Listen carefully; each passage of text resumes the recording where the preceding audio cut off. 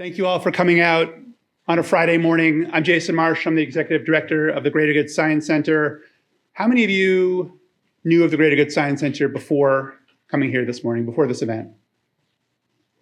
All right, 81%. That's great. That is awesome. Very nice to see some new faces here as well, and nice to have a good contingent of familiar faces as well. So as many of you know, as vast majority of you already know, the Greater Good Science Center is different than a lot of centers at Berkeley and elsewhere in that while we do support some research, much of what we do is take the science of a meaningful life and we translate it into terms and resources that make that science more understandable and useful to people outside of academia, including educators, parents, health professionals, and many others who can explore new ways of applying the science to their personal and their professional lives.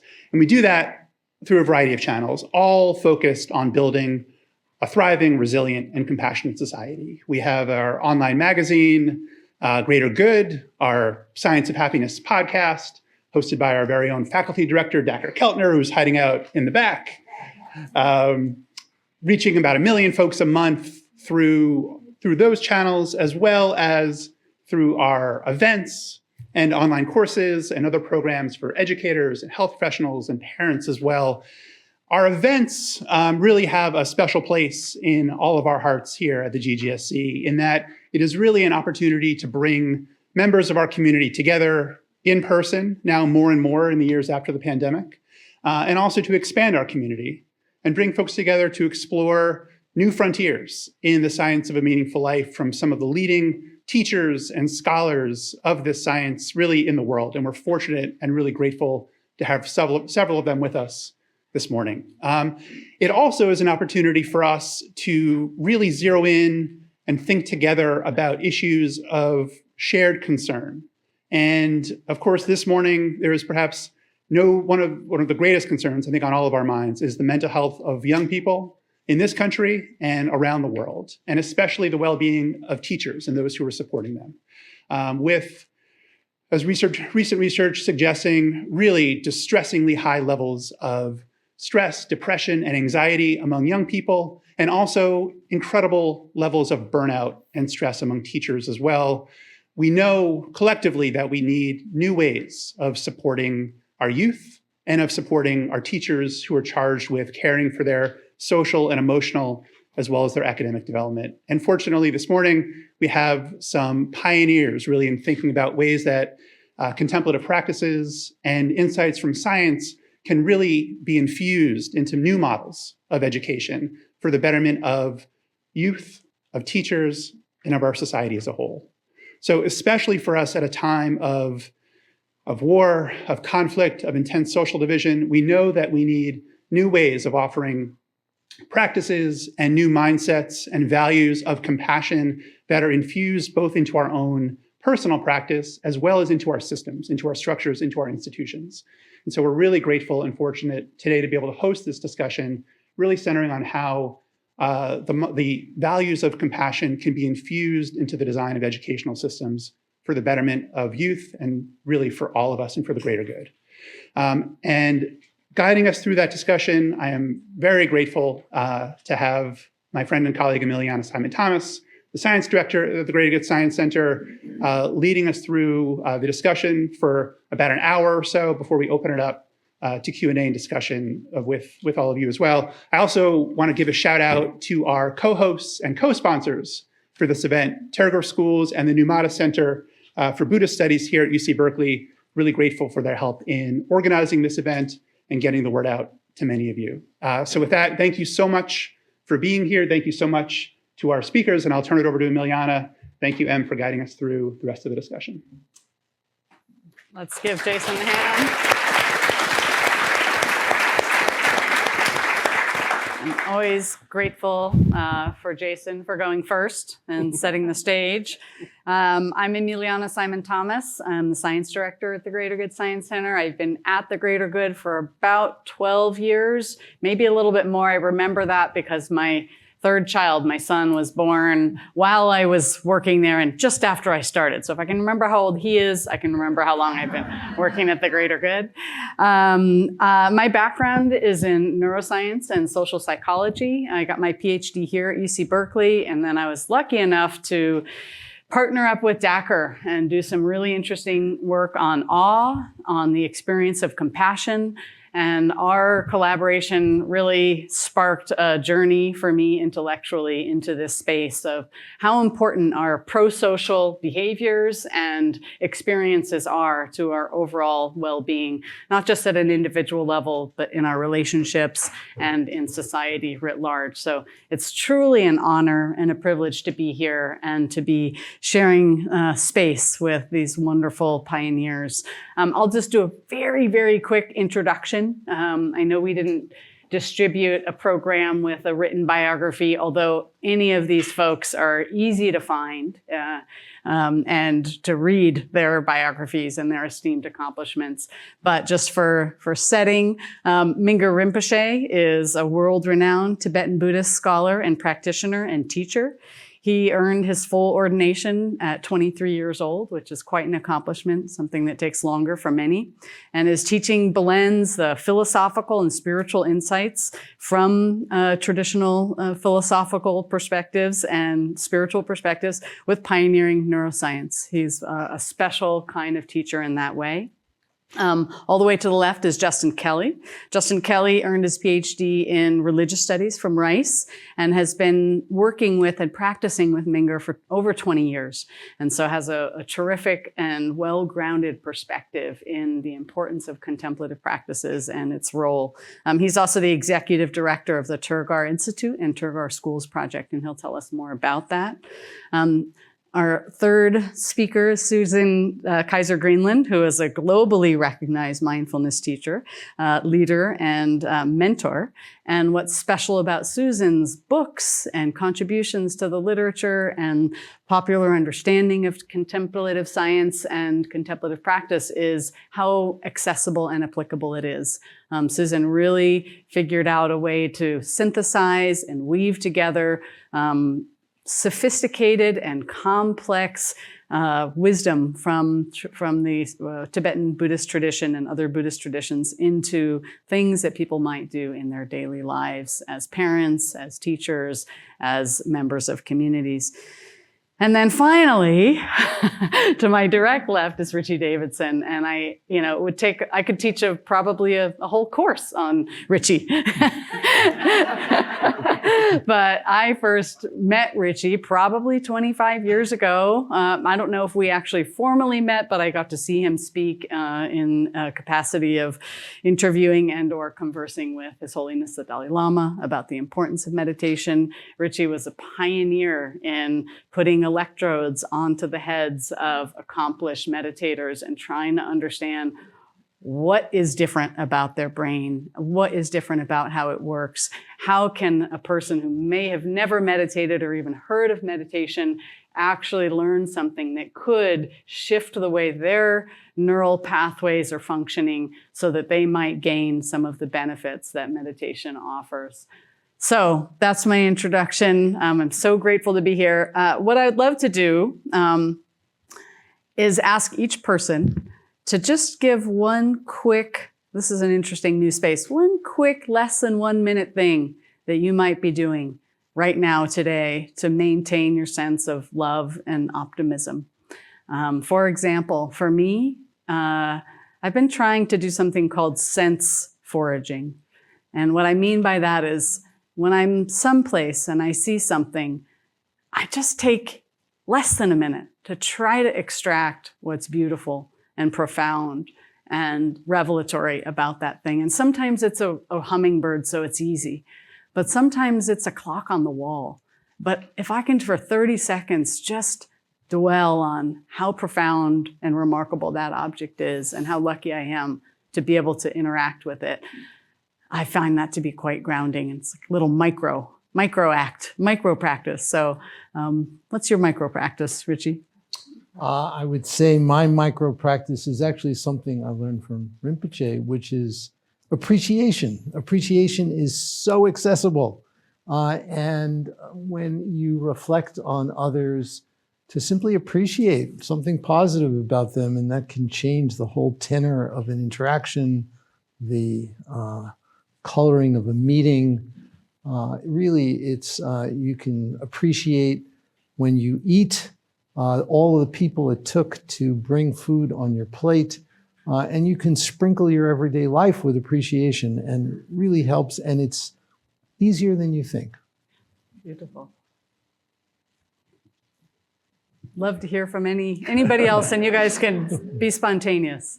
Well, I also learned mine from Rinpoche, and that might be a theme you're going to hear throughout, because he's all of our teachers. And my go-to practice, especially in these times of heightened emotion, is when I start to feel emotion arising, I ask myself, what's the direct experience and what's the story? And I find that incredibly helpful if I could just immediately separate out what experience I'm feeling and what is my story, which is limited on all sorts of different things, limited by all sorts of different things. Yeah, mine comes from a different teacher, my children, I would say. So I have two young children. And talking about awe and wonder, just really attuning to their experience.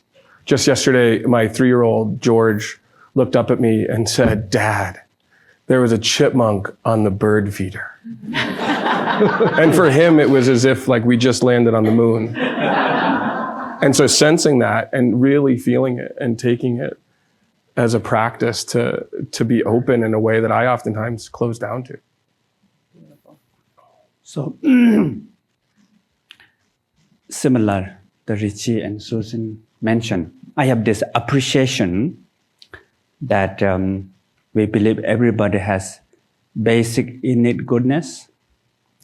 Sometimes what I call inner sky, that there's a quality of awareness, love and compassion, wisdom together within us all the time. Even though everything goes up and down, but the inner sky never shakes. Beautiful. So try to feel that, try to be in that. It's my practice. Wonderful. Well, if we had time, I would ask the same question of everybody seated in here with us. But instead, I'm going to invite Mingyur to actually give us a little bit of a longer practice. Not super long, don't worry. Not going to be the whole 2 hours, but just a few minutes together to get grounded and maybe have a taste of what it is that we're really thinking about when trying to understand where the opportunity might lie for strengthening our well-being collectively and in our own right. So Mingyur, please. Thank you. So as I mentioned, that we all have basic innate goodness, and that has 3 qualities: awareness, love and compassion, wisdom. So awareness meaning we all are not unconscious, right? Yes or no? Yes. So how many of you are not unconscious? Raise your hand. How many of you are How many of you are unconscious? Raise your hand. So, if you say you're not unconscious, of course you're not unconscious. If you say you're unconscious, also not unconscious, right? So the fundamental quality of our own mind is what we call like flame. So flame has light, illuminating. And it has 2 qualities: illuminate itself or illuminate others. Others meaning you can see my hand, you can hear, you can feel, you can think. But at the same time, illuminate itself. That self-luminosity is beyond concept. So we cannot really grab it, only can experience. And together there's a love and compassion. How many of you want to be happy? Raise your hand. That is love. How many of you don't want to have suffering or problem? Raise your hand. That is compassion, the deeper level. innate love and compassion. And then we all have discernment, curiosity. The moment you see something, you recognize, you're discerning, whatever that is, wisdom. So, these innate fundamental qualities are with us all the time that I mentioned, the inner sky. The problem is difficult to grab it, right? You cannot get this by thinking. You cannot get that by doing. You need to learn how to be. So maybe we will try to learn how to be. So I would like to, 2 steps. First, no meditation. How many of you learned meditation before? Raise your hand. Oh, everybody learned meditation, right? So now here, forget about the meditation. And what we are going to practice is just relax. I went to hike nearby mountain, not huge mountain, but small mountain here, compared with Nepal.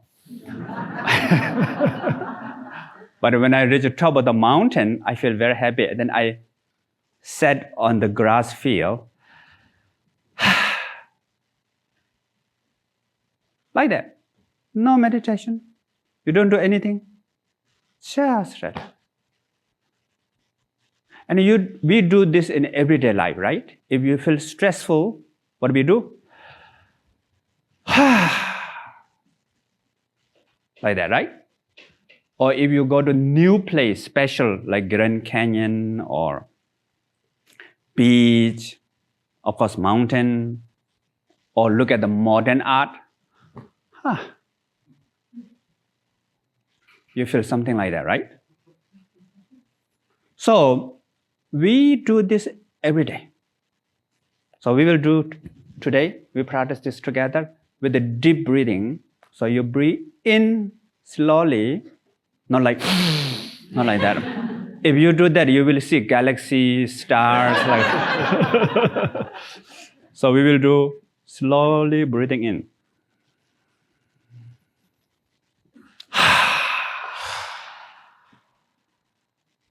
And rest for a few seconds in between the space of breathing. Now, natural breathing, and continue to just be, just relax. Don't worry about meditation. Don't worry about you're doing right or wrong. Is it correct or not correct? Because you're not doing anything. You're not meditating. It's just relax. Be.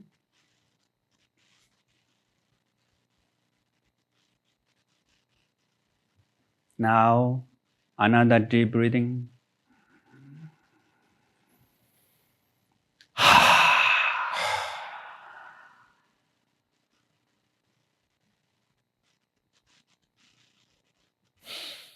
Now, natural breathing, just relax. And whatever thought comes, okay. Mind sometimes messy, sometimes clear, sometimes peaceful, sometimes not. Everything's okay. As long as if you are not unconscious, we are okay.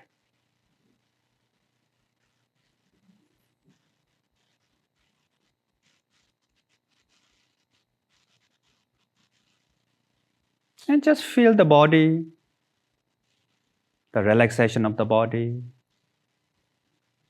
Breathe naturally. No need to do anything, so there's no mistakes, no correct or failure or right or wrong.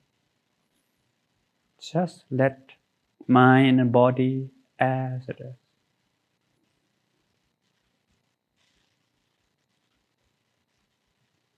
Now last deep breathing, slowly breathing in.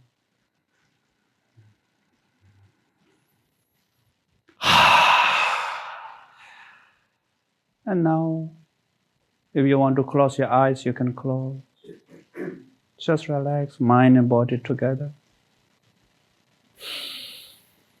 Now natural breathing.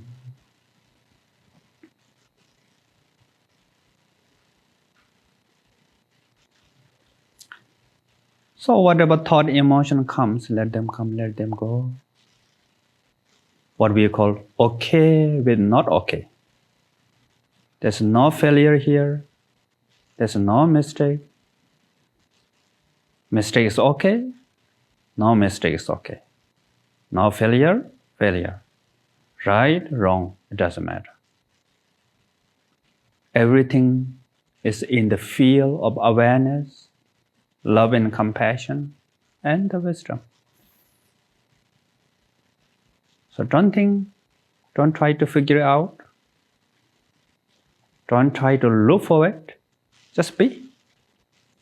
It's right here, right now, with every moment of our own experience.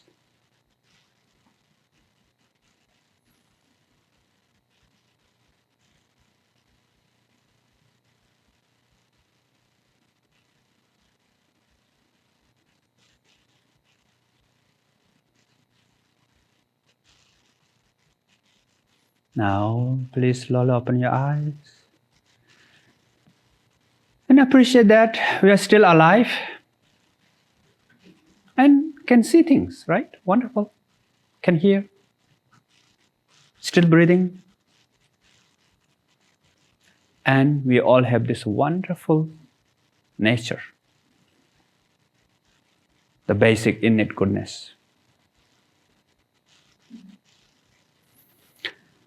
Okay, thank you.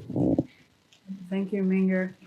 I wonder if just for a couple of minutes, you might explain a little bit about your inspiration that led to the Tergar Schools project and how what we've all just done together might be just a little taste of what you think education could gain from implementing some of these practices. Yeah, thank you. So when I was young, I was born in Nepal, in the right middle of the Himalayan mountain called Manasilu, 8th highest mountain in the world.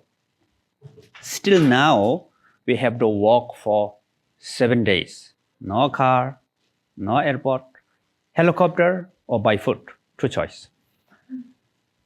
So when I was young, there is school, like primary school. Class 1 to 5 is primary school, right? Mm-hmm. But the education style, the teachers, caretakers, and it's not so well, not so nice. And whoever go to that school, they are become a little bit like gang, the bully, and they kind of like misbehave and they lost. And then my parents are asking me, do you want to go to that school? I say, no. And then one day, the teacher come to everybody's house, knock the door and ask children, to send to the school. And they come to our home. In the village, we can see everybody what they're doing, He's coming. Oh, the teacher's coming, And I asked my grandma and my mom, tell him that I don't want to go. So he asked, and they said, ask him, I said, no, I don't want to go. So since then, I have this lot of question about what is the real meaning of education, how to educate. Because of that school example, actually, I didn't go to normal school. So when I was 9, I was with 9 years old, I was with my father, and I learned all this traditional like meditation practice, all the literature, philosophy, so many things I learned, but I never went to even kindergarten, like normal school, until now. So I'm illiterate, no?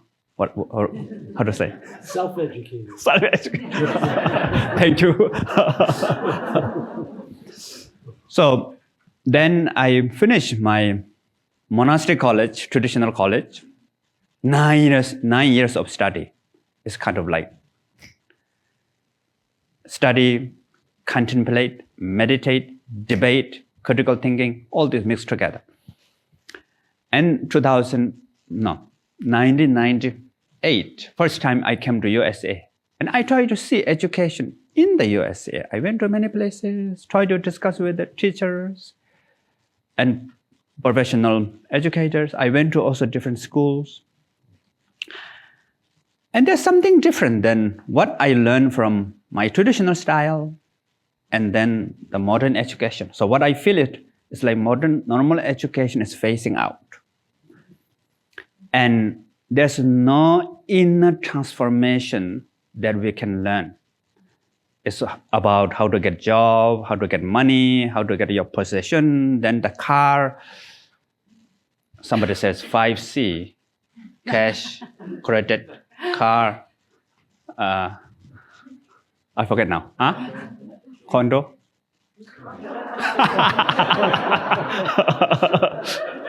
So then, over the years, what I see is there's a lot of inner crisis, especially with the children, students. There's a lot of kind of like emotional level fragile, so many problems. So then I have this lot of discussion with the Richie, Susan, Justin. So now we are trying to develop new way of education system, what we call module, right? Module in Nepal, in our monastery, begin from our monastery. So to join this, we need modern education. It's very important. I don't have modern education. I know modern education also important. Good thing that I'm monk, so it's okay. But at the same time, how to bring like ancient, what I learned from my father's other great teachers, what we call experiential learning, weave together. So what I see is the view, what we call view, is there in the modern education. So we believe about the interdependent. We believe about impermanence. We believe about kind care, loving kindness, compassion. Many of these aspects are there. And we believe about the potential. All these things, somehow there, but it's phasing out. So now we have this curriculum, what we call awareness, love, compassion, wisdom, joy. So joy is the result, but the integration of, as I mentioned, awareness with us 24 hours, the inner sky, right? So when I was young, I had panic attacks, about 7, 8 years old. And I learned these wonderful teachings from my father. For me, the big problem is I'm trying to fight with my panic attacks. Run away or fight. What do you call fight and flight? Yeah. So sometimes I run from panic attacks. So I hike the mountain. Panic follow me. I go into the bush. We have forests. When I was young, now not much, but when I was in deep forest, I ran into forest, panic follow me. Then I try to fight with the panic attacks. Get worse, So the biggest problem for me is panic of panic. So then my father said, don't fight with the panic attacks. I said, why? He said, 2 reasons. 1, no need.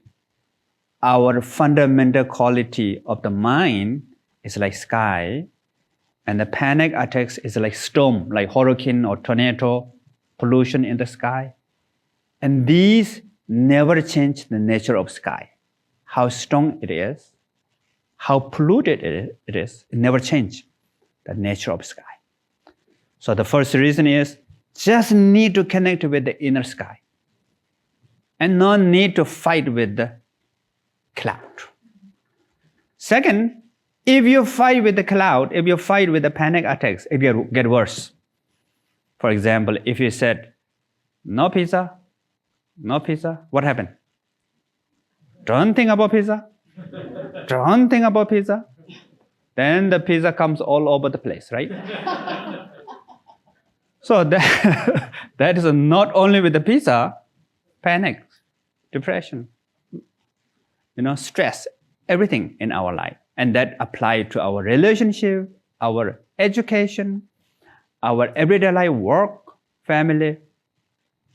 So therefore, the base of our education is the basic. The word is very difficult to find in English now. Right now, what we call basic innate goodness, the inner sky. So we cannot really directly translate, but something that we all have this innate quality, which is beyond. Yet we can have cloud. All these things come and go, no problem. So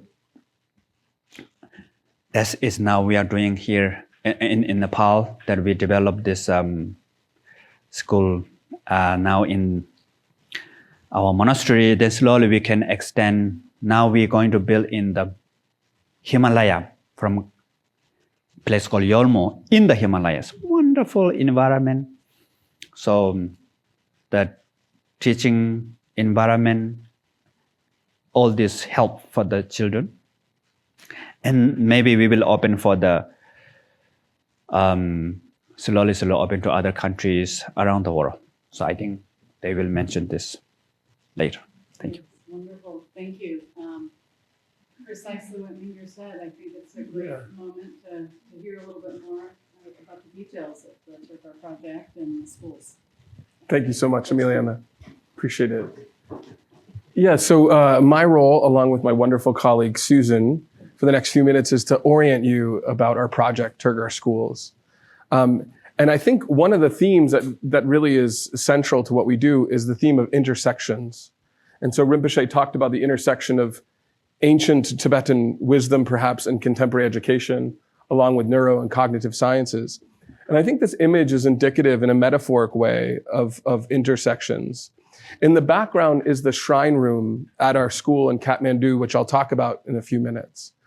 And if you're familiar in the Himalayas, traditionally shrine rooms are quite enclosed, very few windows. It promotes a sense of kind of going inside, of an interiority. Our shrine room is obviously very different. It's surrounded on three sides by windows. It lets in lots of light, obviously. It also promotes a different disposition, we could say, where we're not blocking things out. Instead, we're opening to our experience. And in the foreground is also an intersection, a group of our international students, Rinpoche's international students, some of whom are here in the audience with our students in Kathmandu. So I thought it was a good place to start.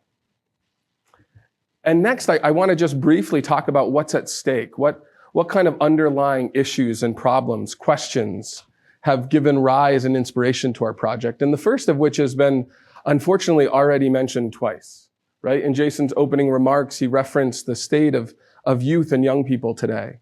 They're faced with ever increasing rates of depression and anxiety, a sense of isolation, partially perhaps due to technologies, certainly exacerbated in and through the COVID pandemic, but nonetheless, it's a dire place we find ourselves in. And so there's a very pragmatic concern inspiring this project. The second is that mindfulness is not enough, right? As scientific research has begun to indicate, and some of us have been observing over the years, by simply implementing a mindfulness or meditation curriculum into a school might not be enough. So much of what we're doing is we're excavating Tibetan Buddhist ways of being, ways of navigating the world, and gaining greater inspiration. So imaginative practices, for example, practices of ethical formation, creative arts, interpersonal communal styles of practices. So we're kind of not pushing anything out. We're looking at the totality of what this profound tradition has to offer and gaining inspiration. And then the third one is just the fact that we're facing unprecedented and unpredictable change in our world, especially with the introduction of generative AI tools. We don't know what the problem's going to be in 6 months, let alone if I look at my 3-year-old and envision 10, 20, 30, 40, 50 years in the future. And so what Susan's going to go through in a minute in talking about our model is we're interested in creating something that's adaptable and responsive so that no matter what occurs in the future, our children are hopefully better equipped in order to face those challenges. So let's talk a little bit about the model. Yeah. Can you hear? Is the microphone on? Is the microphone on? I don't think it's on, Susan. Yeah, I don't see here. Is it on now? Is it on now? Okay, can you hear me now? Yes. All right. All right, so we're going to talk about the model, and Justin just told you the three problems that Rinpoche is trying to solve by his inspiration to create an educational model. And that then presents to us a few problems that we need to solve as far as creating a responsive and adaptable model. So we don't have time to go through all of the problems that we're trying to solve, but I do want to touch upon the one that Justin mentioned, that the design here needs to be adaptable, flexible, and responsive enough to be useful and helpful to all of the different people in Rinpoche's constituencies. So for instance, we might have an individual teacher, an individual parent who just wants to bring it to their own classroom or their own home. Or we might have a school district that wants to implement this school-wide. Or there might be a school like in Nepal that needs to adapt this model for their own culture, as in Nepal, where they are creating a new curriculum based on the Nepali curriculum that has this model in every element across all grades and all subjects. So our hope is that by creating a 3-level scaffolded structure, we're creating a model that pretty much anyone who comes to Rinpoche and is asking for help will be able to take and adapt to their own needs in a way that's culturally responsive. So let's start with what the foundational principles are. And Rinpoche just talked about the primary foundational principle, which is basic goodness. He said it much more eloquently. The idea is basically that there is goodness within and around all of us, all of the time. We do not need to create it. We do not need to perfect it. We do not need to make it better. The only thing is that sometimes it's hard to recognize it. And if you dive just a little deeper into Rinpoche's teaching, you'll see all sorts of wonderful teachings on the recognition of our basic goodness, something that we're calling discovery in this model. In addition to basic goodness, there's also this idea of altruism, because part and parcel of basic goodness is not just the desire to connect to our own good, our own goodness, but also to bring that goodness out into the world. And this also is very steeped in the classical Tibetan Buddhist tradition, and in our model, we're calling that altruism. So with these two fundamental principles in mind, let's take a look at those 3 levels I was talking about.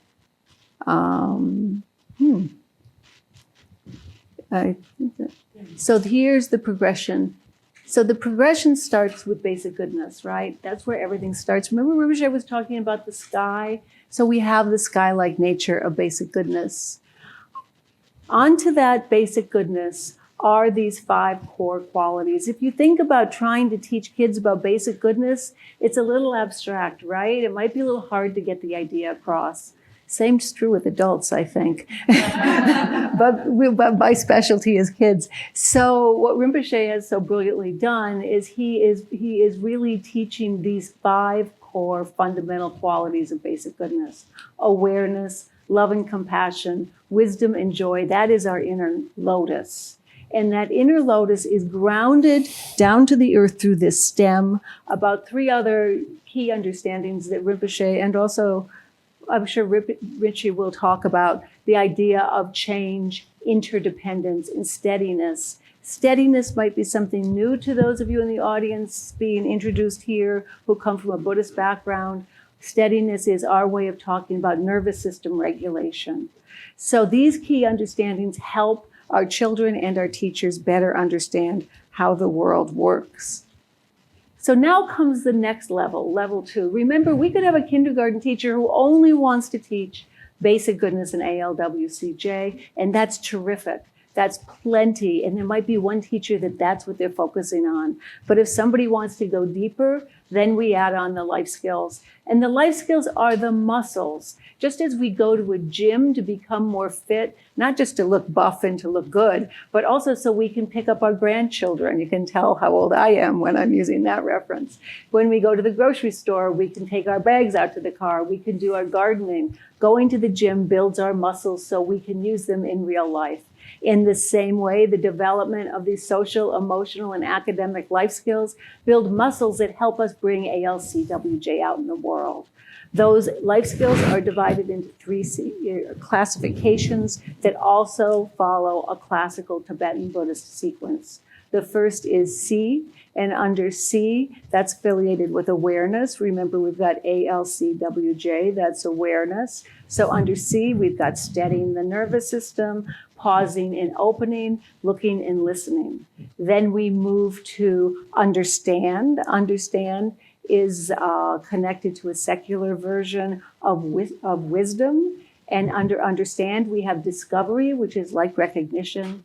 We have appreciation and reframing, which Richie just talked about. When we start to recognize it, we just naturally go more into an appreciation and reframing frame of mind. And lastly, this is all couched in playfulness and imagination.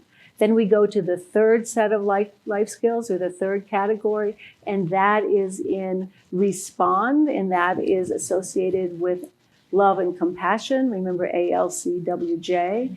And in love and compassion, we start with choosing skillfully. Then we move to caring and connecting, and not just caring and connecting for other people, although that is fantastic, but also caring and connecting for ourselves. And last, acting with purpose. And Court and Richie have done tremendous work in their work on the idea of purpose in this context. So those are the 3 levels.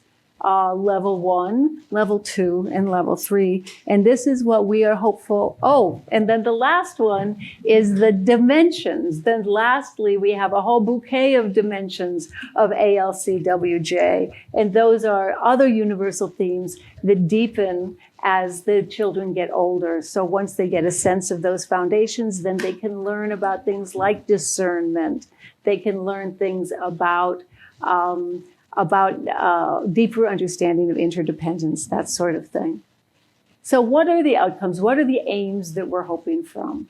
First, we're hoping that by spiraling through all grade levels and all subjects in the school, math, science, social studies, history, awareness, love, compassion, and wisdom, that will lead to more joy, both the students' joy and also a more joyful community.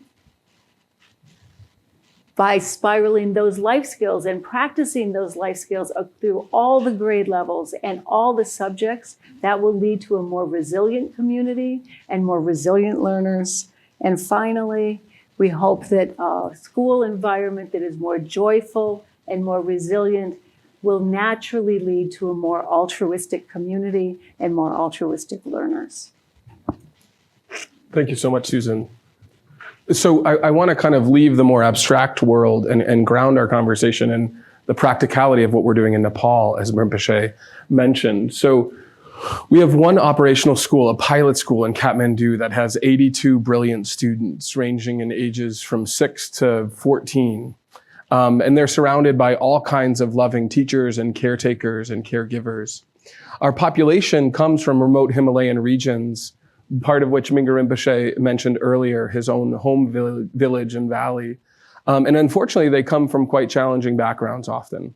So broken families where a parent has passed away or has been sent overseas to work, deep poverty, preventing them from acquiring really foundational things. This has resulted in what we might understand as some attachment wounds. And so a lot of our work is just simply creating that safety for them to dive into their learning. And so I want to highlight our caretakers, as they're listed here, but colloquially, we call them our mamas on campus. And so these are all women, and they are kind of tasked with creating a home environment for the students that hopefully helps them heal some of these attachment wounds. So just a brief video depicting our campus. So the large brick building in the center, and then the bottom brick building kind of demarcate the boundaries. And then there's an undulating campus that goes through these kind of wooded areas. And it really is an oasis amongst the frenzy of Kathmandu. And for those of you who have visited can, I think, attest to that we've done a good job of kind of, again, demarcating a boundary and creating an increased sense of safety for our students within that. And thus far, we've seen some preliminary indications that this approach of infusing what we do with awareness, love, compassion, wisdom gives rise to a greater sense of joy. That by training in life skills, there's an increased sense of resiliency. And so our students are exposed to a full secular curriculum. We just had our first group of students go through their grade 8 governmental exams. We had a greater success rate than we anticipated, so it's a good milestone for us. And they're also obviously being trained in these meditative practices, these ways of being in the world that are showing, especially amongst our youngest learners, we're finding this increased sense of joy and resiliency. So beyond just kind of traditional classroom subjects, we also have a really robust arts and crafts program. So we bring in artisans and craftspeople from Kathmandu with such a profound history, working in ceramics, working in musical arts, performative arts, working with the students to provide them as well-rounded of an education as possible. We do celebrate traditional Buddhist holidays. You'll see that all of our students are monastics. So for those of you who aren't familiar, this is quite commonplace in Nepal, where monastic institutions will create a school, families will send their children to be trained, and for however long they're in the school, they would take these vows of monasticism. And it really orients the whole campus. But again, I just want to highlight how I think these images communicate at least a preliminary and anecdotal success rate that we're hoping to study more rigorously going forward. So our vision in Nepal doesn't end in Kathmandu. As Rinpoche mentioned, we're building a much larger campus in the remote Himalayan region of Yolmo. And so our property is depicted at the base of this image right here, this kind of zigzag road. It sits on a hillock with panoramic views of the Himalayan mountains. And so this was taken about a year ago. Since this time, we've established the foundations for the first buildings, and we're taking those steps, and we're really embracing the majesty of this area. And there are some obstacles, but as Rinpoche says, we have the chance to change our obstacles into opportunities. So the steep gradient, for example, a big challenge from a building perspective, it also situates it so that you can have views of the Himalayas no matter where you are on the campus, for example. And so we're imbuing these principles of awareness, love, compassion, wisdom, and joy, not only in the curriculum, but also in the design of the actual campus. Just to say, our aspirations don't end in Nepal. And I'll end here and hand it over to Richie to say that Nepal is kind of our heart, if you will. It's the heart center of our project, and we're learning a lot. We're cultivating, I think, a model that has applicability around the world. And so in the not so distant future, we're going to start to expand into other cultural settings with this adaptive and responsive model that Susan so eloquently articulated. So hopefully we can interact more about that. And this gives you an idea of the project that we have right now. So, yeah. Thank you, Justin. My pleasure. So, thank you, Emiliana and Jason and Greater Good for hosting us. Very wonderful to be here again, and especially with Mingyur Rinpoche and Justin and Susan. Let me begin by just saying that every time I've asked the Dalai Lama, what gives you hope? The answer is the next generation and education. That's a very consistent response that he's given. And from very early on in our interactions with His Holiness the Dalai Lama, he has underscored time and again the importance of education and of bringing the traditions that he represents and the tradition of modern education together in some way. And he often refers to the great Indian tradition of Nalanda, where both practice and conceptual scholarship were brought together in this very unique and integrative way. And I've been around the world. I've seen a lot in my 70 plus years. And I must say, and of course, I'm a totally biased observer. I've drank the Kool-Aid, but I can tell you that from my perspective, I've never seen a school like the Tergar School in many different dimensions, not only because of the people who are inhabiting the place, the adults who are the caregivers and the teachers. Physically, it's gorgeous. It's just a spectacular physical property. You would never expect this in the middle of Kathmandu. And the kids, it's a residential school. The kids live there. I visited the dorms. The kids are just really look extraordinarily happy and healthy. And I know where some of these kids have come from, and they didn't always look that way. And so just on first impressions, it's been a joy to see. One function that I serve here in this little panel is to just share a little bit about the science. You've heard from Mingyur Rinpoche and from Susan and Justin about this idea of basic goodness. And particularly in the modern world today, basic goodness may sound nuts. I mean, how can we talk about basic goodness when the world is burning and falling apart? And yet, the scientific evidence actually is on our side. The scientific evidence does really suggest that we as humans are born into the world with a propensity for goodness, a propensity for pro-social behavior. And the data are very, very strong. And it's not like 55% of young infants show this propensity and 45 show a different propensity. In the best studies that have been published in the highest profile journals, it's overwhelming. In one of the classic papers that was published in Nature a number of years ago, 100% of 6-month-old infants show this preference. And so when we all here talk about basic goodness, what we're talking about is something that is part of who we are. It's part of our minds and our hearts. And when we engage in practices to cultivate compassion and loving kindness, these practices we can really say that what they're doing is nurturing a quality that is there from the start. Another way of talking about it is we're discovering something that is part of the nature of our minds to begin with. We're familiarizing ourselves with the basic nature of our own mind.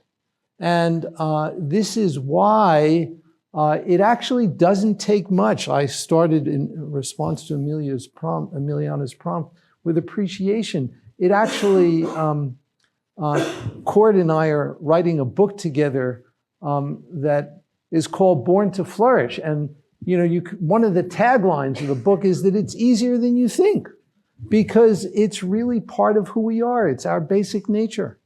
And if we just remind ourselves in these ways and build our educational system around it, we actually can nurture these qualities in a way in which they will endure. So I want to mention a couple of other things.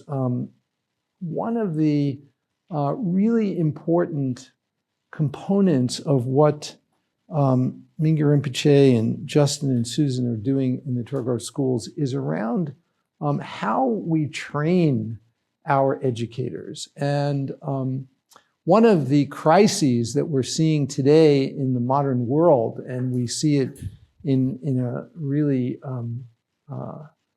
concerning way here in the United States, is the mental health of teachers. And we've done some research on this. There are also data published in the literature, but we found in recent work that approximately 50% of educators in the K through 12 public education space here in the United States present with clinically significant symptoms of anxiety and depression. 50%. And a number of years ago, I was shown data just locally in Madison from the Madison Metropolitan School District of the amount of money that the school district spends per year on the single class of medication for educators of antidepressant medication. And I'm not someone who's anti-medication, but the data are scary. The use of these medications is really extreme. And so these are the folks who are teaching our children. And one of the core findings in educational research is that one of the most important components of student outcome in the K through 12 space is the well-being of teachers. And it's not that surprising. If a teacher shows up and is fully present, is really connected to his or her students, and comes in with a real sense of purpose, they're gonna teach in a way which is more effective than a teacher who displays a very different profile. And in a recent project that we did in Louisville, Kentucky, in a complex school system, the Jefferson County Public School District, we taught educators there. This is in a sample of about 830 educators. We taught them these really simple skills of awareness, loving, compassion, and wisdom. And we did it in a very user-accessible way through our app that Healthy Minds Innovations, our nonprofit, and Christina Glavis, our CEO, is sitting there in the back. And Court Lindahl is the chief architect of this, of our Healthy Minds program, and Court is sitting here in the front. I'm supported by all this wonderful family. And teachers engaging with this program for approximately 5 minutes a day showed really beneficial changes, reductions on the order of 15 to 20% on measures of stress, anxiety, and depression, and elevations in well-being. But what's really amazing about the Louisville data is we also had access to the student outcomes, to the student records. And we were able to look at the performance of students who are taught by teachers randomly assigned to the well-being training, and we compared them to the outcomes of students who are taught by teachers randomly assigned to a control group. And we found, and the students had no idea that there was even a research study going on. These were just data collected by the school system. And what we found is that the performance on standardized tests of language and math ability for the students who were taught by teachers randomly assigned to the well-being training were significantly better than the performance on the identical tests of students who are taught by teachers randomly assigned to the control group. And so this is a real signal that suggests that cultivating these qualities in the teachers is going to have measurable impact on our students. And it's really terrific leverage. The sample size for the students was around 14,000, a little more than 14,000. And so each teacher teaches a few hundred students. And so if you can improve the well-being of a teacher, you will have ripple effects on the students that teacher teaches. So I want to mention just two other things from a research perspective that we think are really important. One of the other things that we have that's a crisis here in the United States is teacher retention. Teachers are leaving the profession at a more rapid rate than they're entering it, and there's a real crisis of teacher shortage here in the United States. And that's true in a few other parts of the world as well. And what we found is that teachers who go through this kind of well-being training are significantly more likely to still be teaching several years later compared to their randomly assigned counterparts.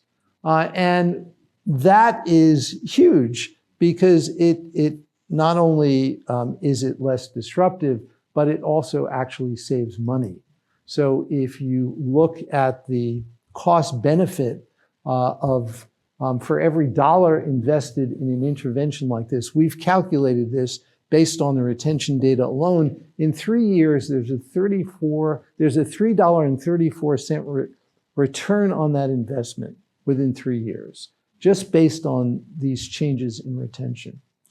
And finally, one other thing I want to mention is when we cultivate qualities like love and compassion, we would expect that to reduce various kinds of prejudice and bias that is at the heart of discrimination that impedes the progress of minoritized groups here in the United States. And what we found is that teachers who go through this kind of training show significant reductions on hard-nosed measures of implicit bias. These are not self-report measures, they're behavioral measures. They're much harder to move. You can think of them as more cellular. And we find that teachers who go through this kind of training actually change in their behavioral response and are more inclusive and less prejudiced toward members of minoritized outgroups. And so this is, again, based on relatively minimal amounts of training. And so the theme that it is actually easier than you think applies to this context as well. And is all of this, I think, is a really hopeful message that this kind of change can happen. And the Tergar School, I think, and all of the education work that you've heard about is an extraordinary exemplar. And I think it has a message that is applicable across the world. Thank you. Wonderful. Thank you, Richie. Thank you, Mingyur. Thank you, Susan. And thank you, Justin. I had one more question that I'd like to pose before we do a little bit of a closing practice together and open the floor for questions from all of you. And my question is general enough for any of your perspectives. I was raised by an early childhood educator who was 100% dedicated to folding creative expression and group arts into a curriculum. My sister, who's here today, now runs the same program with the same heartfelt commitment. There was always singing, or there is singing, dancing, circle time, creative arts, some kind of ritual or celebration of a global holiday or a tradition. Almost every day there was something that was going on. And I bring that up because it really struck me what you said, that part of the mission was to excavate some of the Tibetan Buddhist traditions that are outside of mindfulness.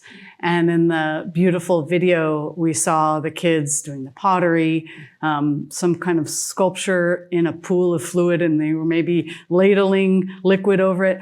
All of that art and creative expression and shared experience is also part of a currently emerging and very exciting literature on the importance of art and creative expression to mental health and well-being. Not surprising, historically, of course, humans have been focused on and appreciative of art for centuries, but it's now kind of entering into the scientific fold. So I'd just love to hear your thoughts on how that's important or how it relates to a Tibetan Buddhist construct. And maybe whatever you know about the relationship between creative expression, participation in the arts, and health and well-being.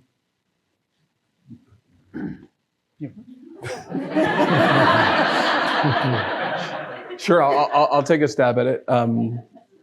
Maybe just to point out, I in these spaces, I'm always so inspired. The collective wisdom that exists within this space is really profound. So we're offering one vantage point, and I think what you're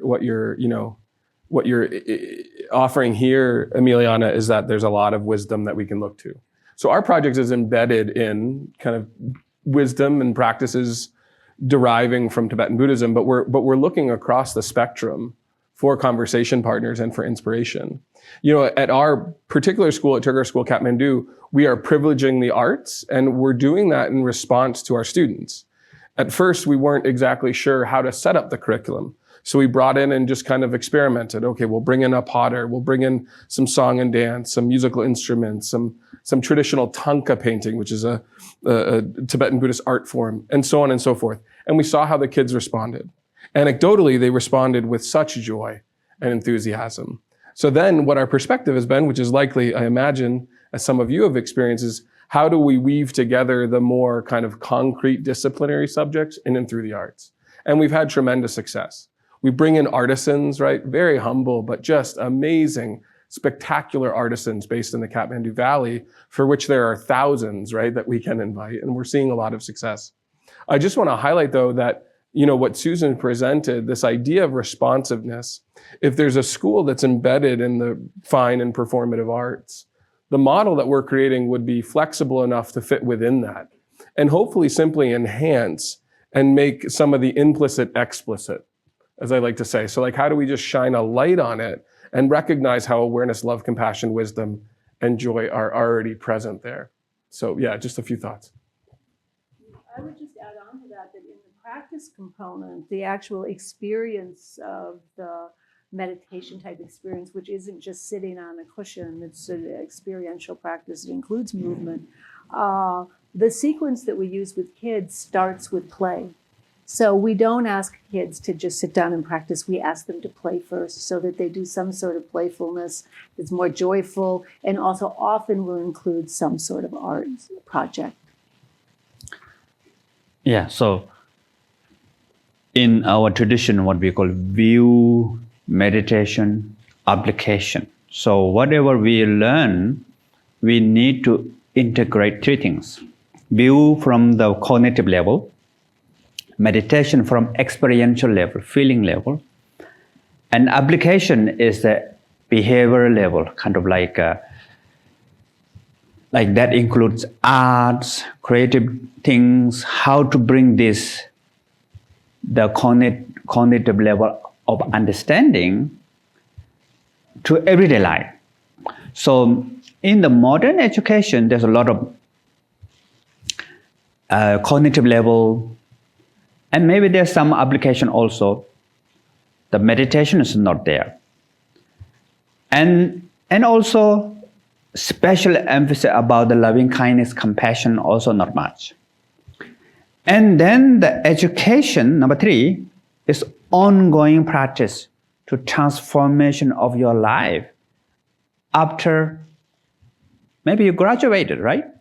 Of course, when you graduate, you learn the techniques, but there's not ongoing inner transformation, that what you learn, the subject there in the school, but you can bring into your life, kind of like it's not there. So it's kind of like we are doing this view, meditation, application together with the arts, together with play, together with even the meditation. None is always sit there, And then the kids are bored, I don't want to meditate. When I was young, I began to learn meditation with breathing. I thought this is the boring thing, and stupid. I want to get rid of my panic attacks. But the meditation practice, breathing in, breathing out. Tomorrow again, you just to be aware of breathing in, breathing out. How this stupid watching breathing help my panic attacks? So I think a lot of fun, creative integration with arts, and also a little bit like body movement with the dance. So we think it's very important. So I'll just add a couple of things. One is the traditional way we often think about meditation as sitting in a particular posture and doing some special thing with your mind. I think that that's perhaps a bit of a stereotype and misconception. And one of the things that Mingyur Rinpoche frequently talks about is that you can meditate anywhere, anytime.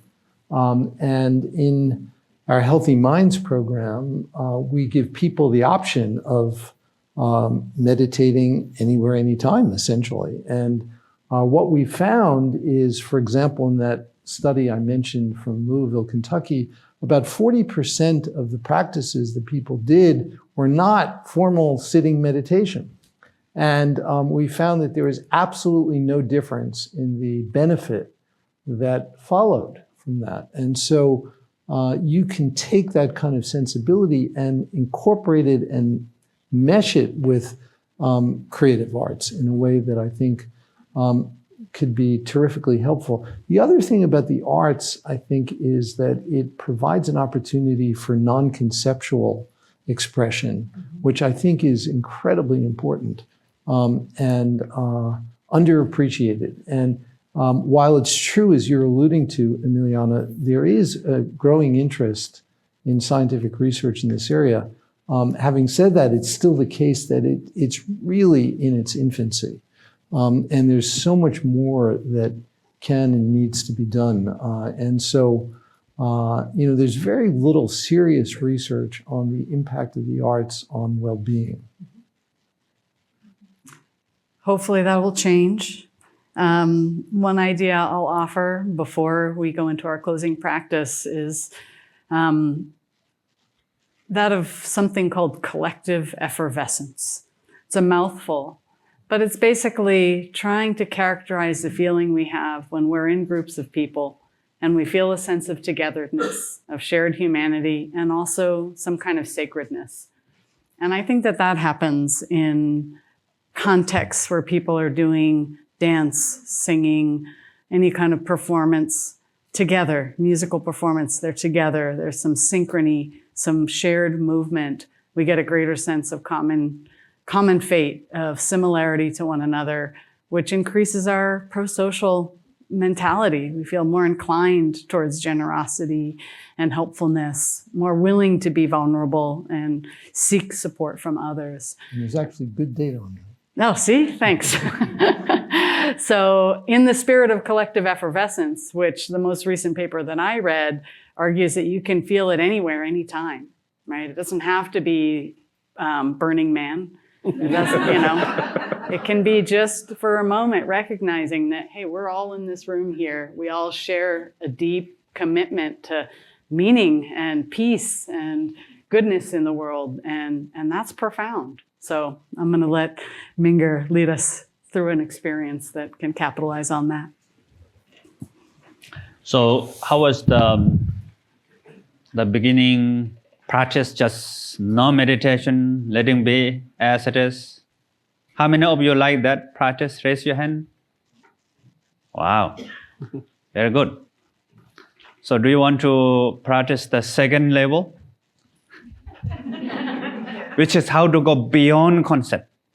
So as I mentioned, the inner sky is beyond concept, right? We cannot really grab by cognitive level, conceptual level. We need to experience. It's beyond concept. So how many of you want to experience that? Raise your hand. Okay. So normally we have one big secret. So today, maybe I would like to share the big secret, but I want all of you promise that you will never tell anybody. How many of you promise? Raise your hand. Oh, not many. No, I'm just kidding. It's in my books already. So, the big secret is that how to be with the inner sky, how to experience the inner sky, that beyond concept is already done. Finish. You understand or no? What we practice, this beginning, I ask you, don't meditate. Let your mind be as it is, right? Just like after finish work or hiking the mountain. Actually, that one. So that practice, there's no particular object of meditation. This is why what we call no meditation. Yet, we are not lost. The sense of presence, sense of being is there. Yet, at the same time, we are not meditating on any particular thing. It's just being the fundamental quality of the mind. Remember, like flame, right? The candle flame, it illuminates itself. So mind illuminates itself. So maybe we'll try this again. So you can sit whatever you are. And if you want to keep your spine loosely straight, you can keep spine loosely straight. And feel your body, relax mind and body together.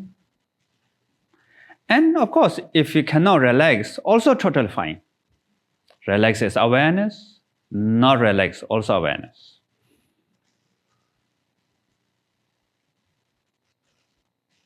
And you can feel the gravity in your body, in your body. Sensation of the room temperature.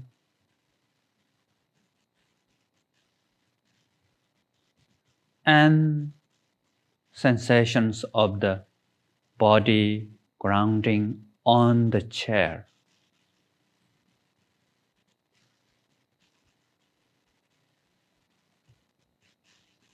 Now, your mind, just let be as it is. Don't worry about even the body or any other objects. And of course, normally we have a lot of thought, bala bala bala, yada yada yada. Plenty of cloud in the sky.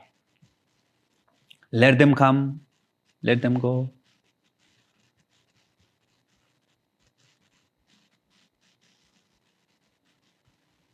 And the reason why you're keeping your spine loosely straight, the reason why you try to relax is coming from intention of love and compassion. That innate feeling, the longingness for happiness, longingness to free from suffering.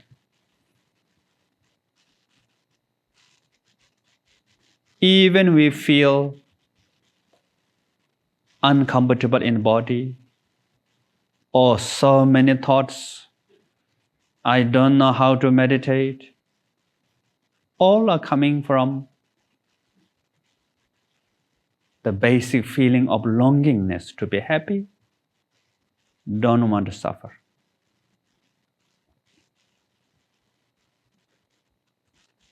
So wish that may I have happiness and the causes of happiness.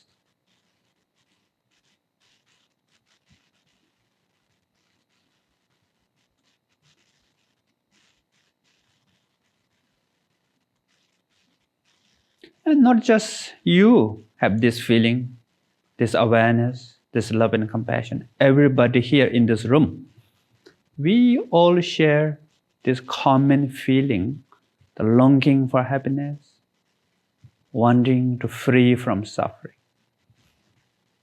Wish that may all of us have happiness and the causes of happiness.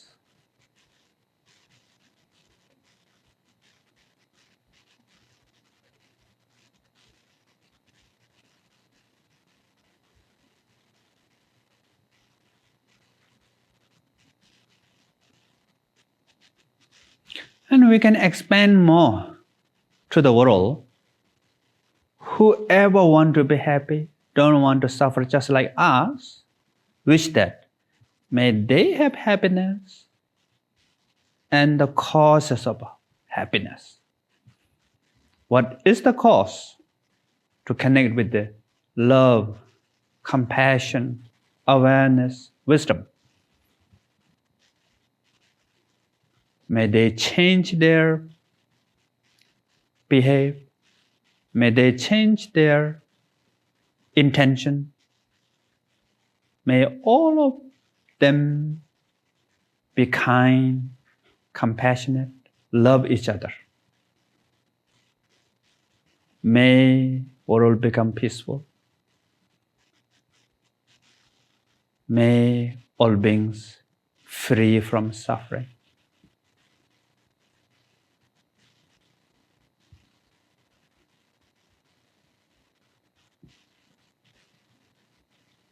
Now, if you want to open your eyes, you can open and just rest your mind as it is in the natural, luminous state of the mind.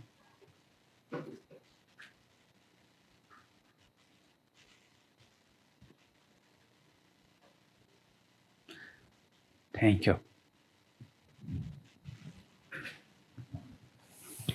Thank you, Rinpoche.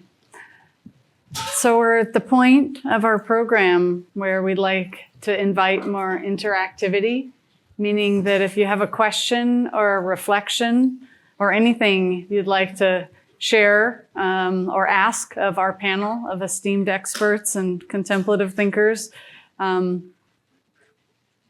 raise your hand. I think, Nicole is walking around with a microphone. So in order to make sure we can all hear and benefit from your question, appreciate you using it. First, I just want to thank all of you for being here. Yeah, wonderful to hear your teachings. I'm just curious, and this is a little outside of scope maybe, but is there any intention to translate the model into organizations or corporate spaces? Because they could benefit from this as well. I think we're open to Rinpoche's vision. So this is all from Rinpoche. So right now we're working on getting it right. And that's, I like to make this comparison between making a watch and distributing a watch. And we all see a lot of watches that go out for wide distribution, and some of them work so well and some of them don't. But if you take a lot of time and build a really high quality watch, then the distribution kind of takes care of itself. Or certainly when distributors come in, they can distribute it in a way that the watch holds up. And we are in that watchmaking stage right now. We're making the watch. And it happens to be, I think Justin and I share in this, it's our favorite part. But we also have been Rinpoche students for a long time and know that he has a vision that goes like this. His vision is expansive, but we're focused on the watch. Yeah. So, as Susan mentioned, we try to develop model-based, not fixed curriculum-based, so it can adapt many different ways. And then it may develop some interesting, creative kind of like way to develop in the future in various settings. Thank you. For anybody who's going to ask a question next, say your name so that we can all, have that familiarity. Jonathan Reynolds. Thank you, Jonathan.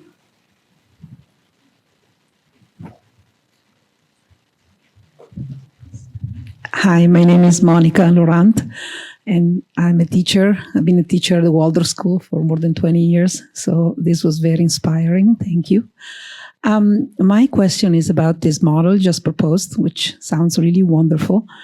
And I think the way you're presenting in Kathmandu is a residential model, so the work is on the students and the educators, the adults who work with them. But I'm thinking about the idea of exporting it, especially to the Western world. And have you considered the role of the other adults, namely the parents, but not just that? I mean, the other adults are outside of the school walls, because in the Western world, most education is not residential, and it's about it's like a three-legged stool. And I feel like if there isn't that stool, that leg, then the stool might not be well balanced. At least in the experience of having taught here in America for many years. Absolutely. And even in Kathmandu, we're working with the entire system, because we know if one element of the system changes, right? Just need one element to change for the entire system to change. So even in Kathmandu, the Joy of Living program, which Rinpoche has developed, is being taught to teachers, being taught to the mamas, is being taught. But absolutely, I couldn't agree with you more, and I know everyone agrees with you, especially this is like Richie's, has a huge body of work on this, on the importance of reaching the entire system and not just the child itself.